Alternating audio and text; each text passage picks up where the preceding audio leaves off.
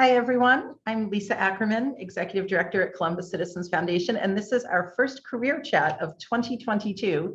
And I'm thrilled that we have Spencer Rathkamp with us, who, for those of us in the office, is better known as Maddie's brother. But I promised him we were going to treat him just like a full-blown person on his own, without, the Maddie association. But Maddie joined us at the end of last summer and worked for the gala and the Columbus Celebration weekend, and is now working on the scholarship program with us. So it was the perfect opportunity to exploit her brother and have him come and tell us a little bit about what he's working on and how he's managed to marry a number of his passions together. And I'm a big fan of feeling that when you're first out of school, it's that great opportunity to explore a number of paths. And there's so much pressure sometimes to think that you're on the right path and you found that right first job, but it can take a little while to decide what you really want to do. And we described you in the announcement for this career chat as somebody who is a marketer and a producer, and a photographer. And so you've managed to marry a lot of your passions together, and I'm hoping you'll tell us a little bit about it. Yeah, absolutely. I have married a lot of my passions and everything that's going on within my life and fairly near my life, with a lot of different sports. I've been lucky enough to grow up in the action sports industry, with my father owning his own business and that's specifically in the motocross world. And I grew up watching him do all of his entrepreneurial things within the business and within his brand and within the industry, and growing his brand and chasing his vision and his dreams. And luckily a little bit of that has kind of shed off onto me, and I've picked up some skills and traits from him, and have kind of adapted and taken them and applied those things that I've learned into my own life with his guidance still. So I have a lot going on. Fortunately and unfortunately, I'm a pretty busy person, as a lot of my close friends certainly know.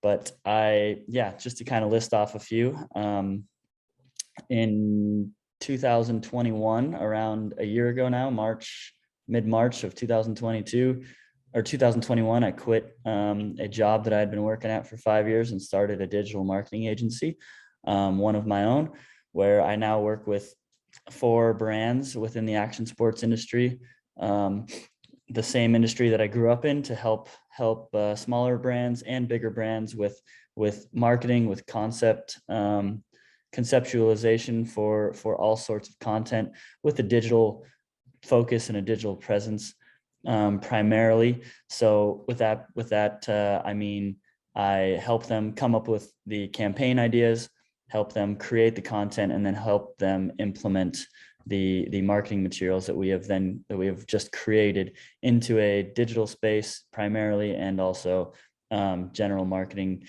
whether that's PR, ambassador, influencer management, talking to the right people, the right media, and making sure that everything that we're doing gets out into the world as effectively as possible, because there's a lot of brands in the world that at least in the action sports world, the bigger brands in more mainstream environments like Nike and Adidas and all these big brands know what they're doing really well, because they have a lot of people in the right position doing things and making sure that they're making the right content, and also getting in the right people's hands once they finish making that, to in turn try to sell as much product as they can in an impactful way. So that's kind of what I'm trying to do. I have access to a bunch of great creatives and friends that help me. I'm not doing all the work. I am a photographer and have worked for a magazine for 5 years, shooting studio photography and action photography. Then I was doing freelance stuff. But I try not to do that. I try not to do that so much anymore. I try to stay on the high end where I produce and manage over everything. And when we take the companies that we're working with, we identify our needs, and then I tap into my network and hire out friends that are in the creative space, whether that be graphic design, whether that be web design, whether that be photography, videography, so be it. And then we effectively handle everything that the brand needs. So yeah, that's pretty much That's great. Well, I gist. actually, you brought up a couple of questions immediately for me when you think Okay. about photography and videography and the, sports world, because, we're all affected by technology today, and we're all affected by AI and what it does. So I'm curious, if your father was in this industry, I'm sure he's seen very dramatic changes in how, not just the marketing, but really the most basic bones of the operation change. So I'm just curious, when you're dealing with digital marketing today, how much does AI and technology come into it? Yeah, I mean, pretty significantly, and this is an uphill battle that I still to this day fight with my dad about certain things. He's still doing the same thing that he's always done, and I help him with a lot of things. But yeah, the fundamentals, the bones are still the same. They're still there, and the idea of marketing something to somebody to try to convince them to purchase something or incite some sort of feeling to purchase something, that's still there. It's just changing in the way that it's presented in front of the consumer. So yeah, there's the as most people in here, I'm sure, are actively on social media. Social media is a big piece of this, including Google ads and YouTube ads and stuff on top of like regular organic social. But things that are very exciting and impactful, and they hit quickly, they grab your attention and they hold your attention, are basically what everyone is trying to attain. And that's not necessarily the easiest thing to do, because there's been plenty of tried and true tests that have come to failure just because one little piece of that puzzle didn't fit exactly right. So trying to help people not make those mistakes and keep them on the right track is a big part of what I do. And yeah, I don't know. I hope that kind of answered your question. I Well, can and go on and on. I think the other thing that's on people's minds today, and definitely, in the sports world, I mean, I just happened randomly to have been listening to NPR this morning while I was, having my morning coffee. And, the very long segment this morning was about, racism in the NFL, and about, in this particular instance, about, that 2/3 of the players in the NFL are African American, but there's only one head coach who's African American. And so, when you're in, the sports and entertainment industry, I have to imagine, even in what you're doing, diversity and equity come into play, and you're thinking about how you're presenting, whether it's a brand or a person or a particular, event. I mean, there must be pressure that you feel today to make sure you're being as balanced as possible, but you're still trying to get a particular message out about a brand or a person or an event. Yeah, absolutely. Inclusivity has been a huge thing, obviously, more so ever in the last year and a half, 2 years, and it's come with some headwinds in a sport like motocross or mountain biking, or cycling in general. There is a less diverse crowd, thanks to a number of reasons, and finding people that cater to that are a little bit more diverse with similar skill sets is really difficult, mostly because the African Americans or the minorities in certain sports are very desirable, and it's hard to be in a brand's position trying to hire diverse positions when they're not with athletes and with people that are not already signed and locked into lengthy and pretty hefty contracts. So Right. yeah, it's an ongoing issue, but hopefully the awareness that sports and everything are bringing to this, and the awareness that in my world, the cycling and the diversity within the sports can encourage more and more people to get into the sports, and we can iron out those issues and have a great time with everyone. So when you were, I mean, you might have thought you were going to do this, or, maybe you ended up here despite thinking you were going to do other things. Is there some skill that you suddenly realized you didn't have that you really needed when you were first embarking on this adventure? Yeah, so it's all, I mean, it's a constant learning curve, and at times it does get hard and difficult because you don't know everything, and you never will. But there's the saying going around right now, that has to do with two people in a cave, or, and one person's like, I can't see the exit, and the other person next to him as well, can you see the step in front of you? And he's like, yep. And he's like, well, take one at a time and keep moving forward. And that's quoted very poorly, but the message is, I think, fairly clear. And that's the fact that, like, things do get difficult, and there's a lot of things that I didn't know, and there's a lot of things that I still don't know, that I'm learning, and it's a constant progress, but constant work in progress. But I try to enjoy it and have fun, and not get too worked up and stressed when things get stressful and things aren't ideal. And yeah, things seem to tend to work out as long as you put your right foot forward and kind of try to keep moving always. And So learning, you have to yeah. be open. You have to be open to learning, for sure, because that's an important part. I think there's plenty of people that you can come across that don't really want to learn. So yeah, the more you know, the more opportunity is going to come your way, in my So mind. how was the cycling world affected by COVID? Because, like, on one hand, when you're cycling, it's you on a bike, you're not necessarily with other people, but obviously most big events of any kind were canceled in 2020 and 2021. So what's the big challenge in the cycling world right now? The big challenge is a big one, and that's inventory. So in a lot of brand, pretty much every brand across the cycling industry is struggling with inventory issues. The COVID has been a blessing and a big curse for a lot of outdoor industries, and that's because when we all got shut down, life as we knew it back in 2020 paused. Everyone said, hey, you're not going into an office, you're not working, everything's closed. But one thing to us Americans, at least, that was always accessible was the outdoors, and was getting outside. And there was a huge flock to hiking and to mountain biking and to road cycling, and getting outside and being with your family, or however it was for each individual.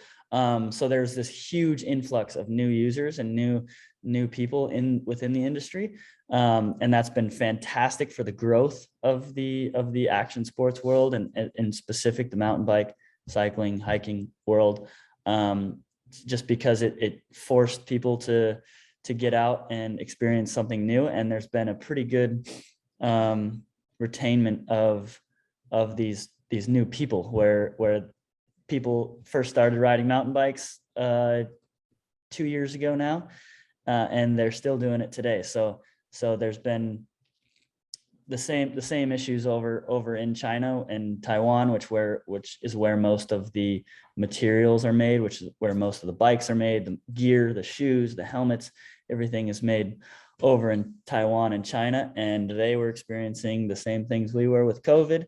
They couldn't manufacture things quick enough.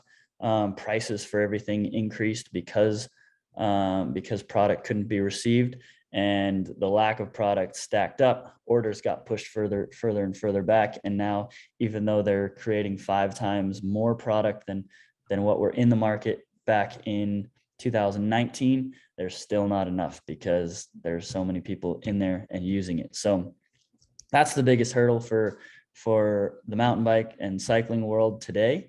And it's slowly starting to ease, but the line of pre-orders and everything that was backlogged is still pretty lengthy. That's amazing. I mean, it's not surprising. I remember, you know, maybe a month into the pandemic here in New York City, there were very dramatic photos of how overcrowded the parks were. And I actually remember one article ran that showed some of the trails in Will Rogers State Park in California being so completely overrun that there was, you know, talk of actually having to close the park because you know, it was so overcrowded with people. And so it makes you realize that, like here in New York City, when 9 million people are at home and all trying to access, you know, the fairly, what usually seems like a lot of park space, but can be limited if everybody's trying to go at the same time. So it also makes you realize in urban areas like New York, I mean, the demand for outdoor space is just so severe. And it's something we really need to think about going forward, is how to make outdoor space more accessible to people. There's kind of probably a little bit of a mythology that in Southern California, there's a lot of open space because, you know, there is a lot of outdoor activities that can happen year round. But, you know, like on one hand, you want everybody to keep up great habits that got started during the pandemic of being outdoors, and whether it's hiking or biking or just taking a walk, but you realize there's also a price you pay for that as well. But I am one of the people who did not buy a bike, but bought an indoor bike.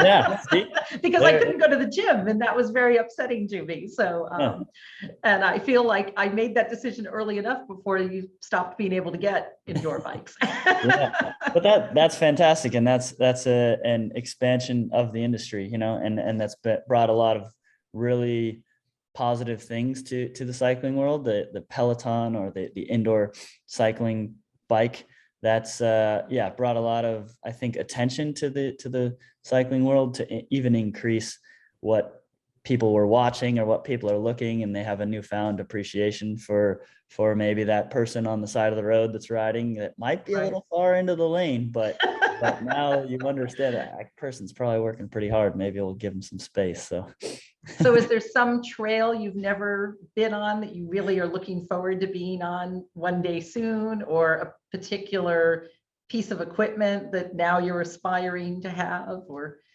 yeah, so I guess I'm gonna step back real quick and just kind of inform people that, yeah, like I another thing that I do is race mountain bikes professionally. So I have, and I create content for brands personally, and I lead that by saying like that bike has brought me a lot of very positive things in general, and it has allowed me to travel around the world, and ride my bike and meet amazing people, and meet a lot of people that have helped me today with the business side of things.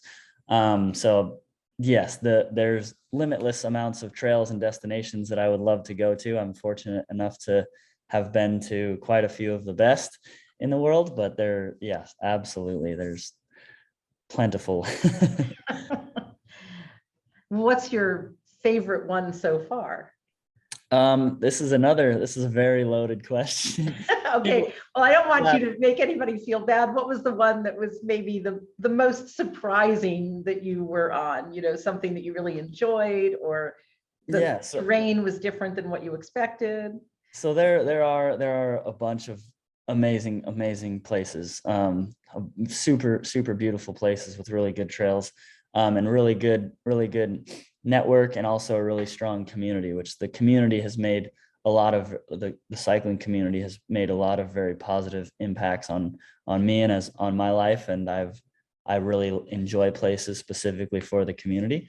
But one of my top places I've ever been to ride a bike is Zermatt, Switzerland, which is where the Matterhorn is. It's a very famous triangular mountain peak that, if you've been to Disneyland or Disney World, they have a roller coaster named after it. And yeah, it's absolutely a phenomenal town with no cars in it. Very cool Swiss mountain town, and that's one of my favorite places. Well, now I have this whole image of you on the Matterhorn. That's That seems pretty extreme, but I'll send Maddie some pictures. And excellent. yeah, That's you great. guys can have those. Well, I'm going to encourage people if they've got any questions for you. We're a small enough group that people can either write in the chat or just unmute themselves and let us know if they've got a question. Anything that you haven't told us that, somebody who's still trying to decide what path they want to be on, other than the message of follow your passion, you don't know where it's going to lead you. I mean, is there anything that you would say to people, who maybe are still trying to figure out what they want to do after graduation? Yeah, so this is one experience that's happened recently. Actually, just the other day on Monday, I was in a client's office, talking to someone that was working back in the warehouse, and mind you, he's working a pretty low paying job, but he's got a side hustle, and he's a music producer, and he's been booking sets and booking shows on a low end, never making too much money at this point, but he's showing me all these messages of people who think he's great, and he's been thinking about trying to pursue that more, and he's been going to more shows, and he's been hesitant to continue going to shows and not getting paid. And I said, you better go to every single one of those shows that you have, because you never know whose hand you're going to shake, who you're going to come across that can change your life. It's similar on social media and everything. You shake the right hand, meet the right person, and they can make a massive impact on your life. So that's one thing one piece of advice is to never be afraid and just try to meet as many people as you can. Because believe it or not, there are some pretty amazing people out there. Well, and I always believe you never know who might reappear in your life someday. Yeah, So, exactly. taking a little bit of time to get to know somebody now, you never know, 10 years down the road, you could intersect with them again. And that memory that you had a nice conversation could be a big game changer for taking that next step. So, yeah, absolutely. Well, we seem to have a very silent audience. So oh no, somebody's popped up. Yeah. Antonella asks, are there any tips for growing your social media, gaining followers, getting engagement, etc.? Yeah, so this is similar to kind of what I was just talking about. Social media is a weird world, and it's a very difficult one, and it's growing to be more and more difficult by the day. It's kind of becoming, as I'm sure you're aware, a very pay to play avenue now, where you don't have to, but essentially they want you to be paying money to boost posts in order to reach your entire audience and entire network that you have within social. But right now, and Instagram and TikTok right now are two of the most popular ones that allow you the most organic growth by using Reels. If you're trying to do stuff on the social media side of things and you're not using Reels, I would highly suggest start as soon as we get off this call to try to use that, because Instagram is pushing that feature very hard, and they want as many people to use that. And as soon as any social media comes out with a new feature, like Reels just came out, there's also a thing on Instagram that's very new that not a lot of people know about. It's called guides, and I would suggest looking into those and trying to use those as early as possible. Be an early adopter, because when there's the least amount of content on that piece of the platform and they want to grow it, they will use that as collateral and as growth mechanisms. So you have a very, very high opportunity of getting put into a more distinguished algorithm and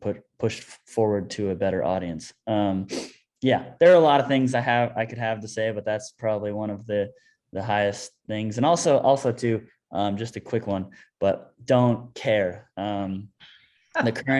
The current saying of 2022 within this group, this bigger group that I'm in on Discord, is the motto is share, don't care within 2022. It's hard. It's difficult to not care about what people think or how many likes you get or how many pieces of engagement you get. But you can't care about that. Keep doing what you do. Keep doing what makes you happy. And same thing. You never know which post can blow up and go viral for you.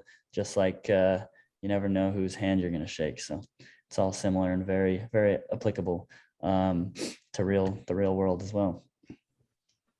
Oh, another question. What's the best piece of advice you've been given?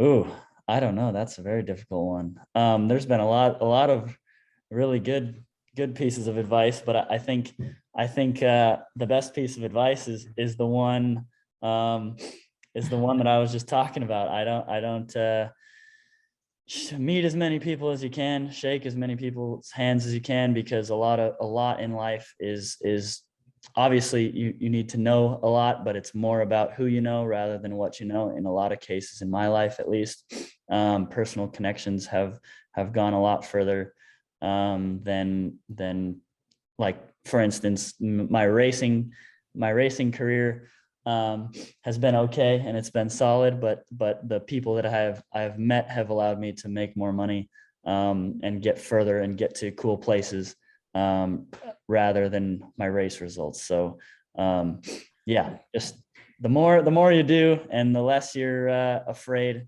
It's kind of difficult because I, believe it or not, have a pretty shy nature as a whole. It's yeah, that's, I would say, just keep doing as much as you can and get in the right, try to do everything you can to put yourself in the right places. Well, share, don't care is probably, the right advice, but it's tough. I can imagine there are just moments where, something eats at you, and, learning to let go is not an easy thing, but it's, that's good advice for everybody, no matter what stage of life they're in. You have to learn to, develop a thick skin around certain things, and also believe in yourself. I mean, it's also, and the good thing about social media is that if you really do something dumb on social media, it gets buried pretty fast. So, Yeah. so at least it doesn't haunt you for a long time in the future. It gets pretty far down in the list of posts. So, well, I think we're gonna, let you go. We're not gonna torture you more, but this has been great to hear about what you're doing. Now we're all going to follow you on Instagram so that we can keep up with you, and maybe you'll come back, Yeah. in a couple of months, tell us something more about what's going on. And I always think of marketing as the opportunity to share your enthusiasm with people. So it's great to hear you talk about all the things you have going on, and we're going to see if we can follow some of your social media tips.